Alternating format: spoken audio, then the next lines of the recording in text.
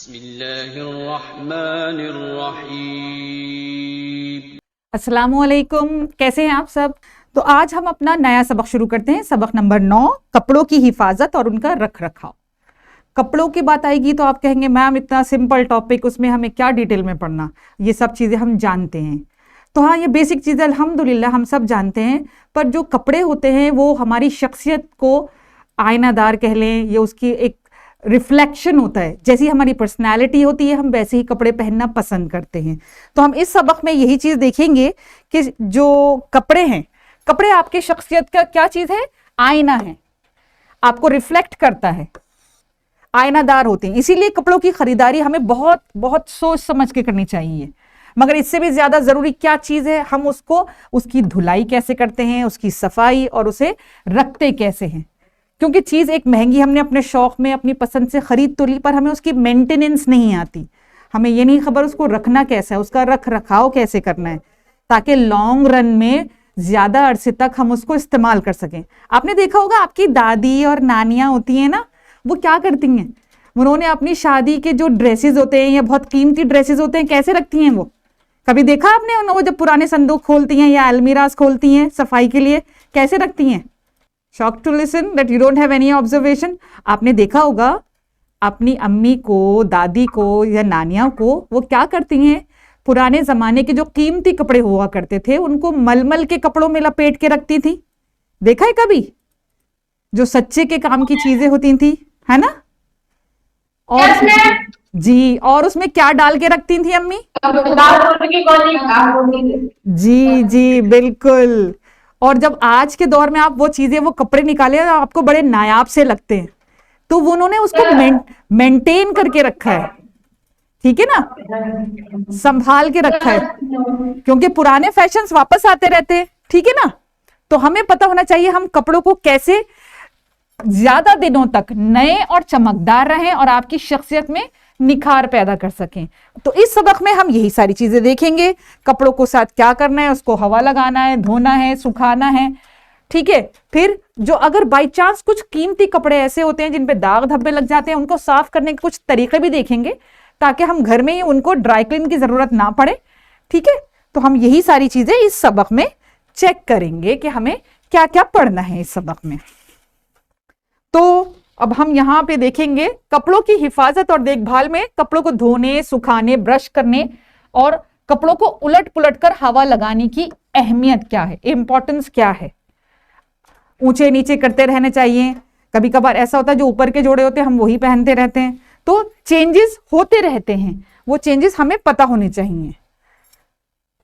यानी कि ये गंदगी, धूल, गिर्दो गुबार, धब्बे, चिकनाई, ये कुछ भी हो सकती है। कुछ कपड़ों पे अगर रखे रखे लग जाती है, या जब गंदगी को जल्दी साफ नहीं किया जाता तो इससे क्या क्या नुकसानात होते हैं। कभी कभार हम शादी ब्याह से आते हैं, कपड़े हमने यूं ही उतारे और तय करके रख दिए, तो अगर गर्मी का मौसम है तो क्या रहता है, उसमें स्मेल हो जाती है, ठीक है, स्वेट की बहुत ज्यादा स्मेल हो जाती है। इसके अलावा सर्दी के या किसी और भी मौसम में अगर आप कुछ लिबास ज़िप्तन करते हैं और कीमती होते हैं, आप उनको ला के यूं ही छोड़ दें, या बाई चांस उस पर कुछ खाने के धब्बे लग गए, नेक्स्ट टाइम जब आप निकालें तो आपको महसूस होता है कि ये मैले हैं या धब्बा लग गया, हम इसको हाथ के हाथ ही इसको सही कर लेते, धो लेते या इसका निशान देख लेते, तो केयरफुल हो जाते, ठीक है।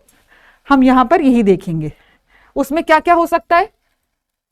धब्बे, बैक्टीरिया, फफूंदी भी लग सकती है, अगर कुछ खाने के जर्रात उसके साथ रह जाए उसमें जरासीम पैदा हो सकते हैं। और अगर कपड़े धुले हुए नहीं हैं, आप बार बार एक जोड़ा आपने 6-7 मरतबा इस्तेमाल कर लिया, तो जल्दी अमराज भी हो सकते हैं मौसम की मुनासबत से, ठीक है। उसके अलावा गंदे कपड़ों में क्या होती है, बदबू हो जाती है, ये सबको पता है, और उनके असली रंग जो होते हैं वो कुछ टाइम बाद कायम भी नहीं रहते। तो ये बेसिक चीजें हैं।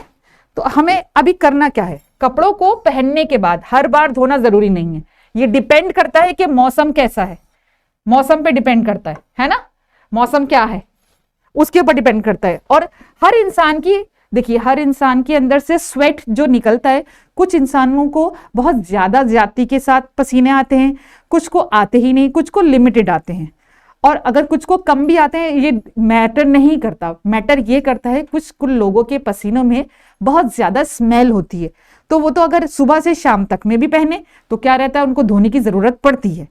ठीक है ना, तो ये चीजें हमें पता होनी चाहिए। दाग धब्बे साफ करना, ये अमूमन छोटे बच्चे बहुत करके लेकर आते हैं। अपने कपड़ों पे आइसक्रीम खाते हैं या चॉकलेट्स खाते हैं, उसके साथ साथ वो कपड़े गंदे करते हैं और उन पे धब्बे लग जाते हैं। अब यहाँ पर उन्होंने केचप, कोल्ड ड्रिंक, अनार, अंगूर, इसके धब्बे बहुत लगते हैं। ये ऐसी चीजें। देन लिपस्टिक, अंडे का धब्बा भी आ जाता है, बटर का भी होता है, दूध भी गिर जाता है, पर सबका तरीका अलग अलग है। वही चीज देखेंगे वो हम कैसे अपने कपड़ों से दूर कर सकते हैं और कपड़ों को हम सेव कर सकते हैं। आमतौर से हम क्या देखते हैं, किसी धब्बे को दूर करने के लिए एक खास तरीका होता है। सारे कपड़ों को हम एक ही तरह से नहीं धो सकते, लेकिन किसी पुराने धब्बे को साफ करना बहुत मुश्किल हो जाता है। अगर हम वक्त रहते ही किसी धब्बे को साफ कर लें तो वो इतनी तकलीफ नहीं देता जितना पुराना दाग देता है। और कभी बच्चे च्युइंगम अगर अपनी पेस्ट करके ले आए, चिपका के ले आए, तब कैसे हटाते हैं कपड़ों पे से च्युइंगम? देखिए, उसको हटाने का आसान तरीका ये है, जहां पे च्युइंगम लगी हुई है उसको ज्यादा रगड़िए नहीं। दूसरी बात, बर्फ के जो क्यूब्स होते हैं ना, उनका इस्तेमाल करिए उसकी दूसरी तरफ, कपड़े के दूसरी तरफ, और उस पर लगाते रहिए। एक टाइम पीइंग के बाद, खासे वक्फे के बाद, जब आप बार बार उस पर आइस क्यूब्स लगाते रहेंगे, वो ऑटोमेटिकली हट के अलग हो जाती है खुद ब खुद। अगर हम कपड़ों का पानी नहीं निकालते ना साफ से, तो क्या रहता है, कपड़ों में एक तरह की स्मेल्स रहती है। ठीक है, उसमें एक तरह की चमक पैदा नहीं होती। तो आप सूती कपड़ों में कलफ और सफेद सूती कपड़ों में नील लगाने से आप वाकिफ हैं, ये सब काम करते हैं हम लोग। तो दोनों चीजें सूती कपड़ों के लिए इस्तेमाल होती हैं, कलफ लगाना भी और नील देना भी। सिल्क के कपड़ों के अंदर भी दूसरे किस्म का कलफ लगता है। ये इंपॉर्टेंट पॉइंट है बेटा। एक दूसरे किस्म का कलफ लगता है जिसको गम अरेबिक कहा जाता है। गम अरेबिक। ये सवाल आ सकता है कि सूती कपड़ों में तो कलफ और नील लगता है, सिल्क के कपड़ों में कौन सा कलफ लगता है? उसको गम अरेबिक कहा जाता है। सूती कपड़ों की धुलाई, इसमें भी वही आ गई, वही चीजें, भिगोना, धोना, साफ पानी में धोना, गंदे पानी में नहीं निकालना। अब यहां पर एक चीज का जिक्र हो रहा है, निखार और चमक पैदा करने के लिए आप किस चीज का इस्तेमाल कर सकते हैं? उसके लिए आप नील का इस्तेमाल करते हैं सफेद कपड़ों में। ठीक है, और जो पाउडर और रकीक यानी कि लिक्विड फॉर्म है, उसको ऑप्टिकल ब्राइटनर कहा जाता है। ठीक है, उसको ऑप्टिकल ब्राइटनर कहा जाता है। ये मार्केट में ऐसी चीजें बहुत अवेलेबल हैं जो कलर्स को ब्राइट कर देते हैं, उनमें चमक पैदा करते हैं, उसके अंदर इसकी पिलाहट को सफेदी में तब्दील करते हैं। ये बेरंग दूध या खिजाब होता है जो कपड़ों की पिलाहट को चमकदारी सफेदी में तब्दील कर देते हैं। ये भी आपका सवाल हो सकता है। ठीक है, और फिर आ गया कलफ लगाना। वो जरूरी है ताकि उसमें इजाफा हो जाए। जब खड़कदार चमकदार कपड़े पहन के कोई निकलेगा तो कपड़े धोने वाले की भी तारीफ होगी, उसकी शख्सियत की भी तारीफ होगी जिसने वो पहने होंगे। तो 4 से 5 कपड़ों के लिए आपको 5 लीटर पानी में 2 चाय के चम्मच कलफ पाउडर काफी होता है। प्रेस करने के गुर, यानी कि आपको क्या क्या प्रेस करना आता है या नहीं आता, किस तरह से आप प्रेस करेंगे अपने ड्रेसेस, ऊनी कपड़े जो हो गए आपके, इसका हमें डिग्री बता रखी है। जरूरी और अहम चीज क्या है, कितना टेम्परेचर होना चाहिए आपकी आयरन का, हल्का गर्म, इतना, ज्यादा गर्म या बहुत गर्म, धागा, ऊन, सिल्क, पॉलिस्टर, हर चीज अब जो आपकी आयरन है उस पर मेंशन होता है, ज्यादा बताने की जरूरत नहीं है आपको। सिल्क है, जैसा फैब्रिक है आप सेट कीजिए अपनी मशीन आयरन, और उसी के हिसाब से आप उसके अंदर कपड़ों पे आयरन कीजिए। ठीक है, आज हमने क्या सीखा? आज हमने सीखा हमें कपड़ों की कैसे देखभाल करनी है। सीखा यही, राइट?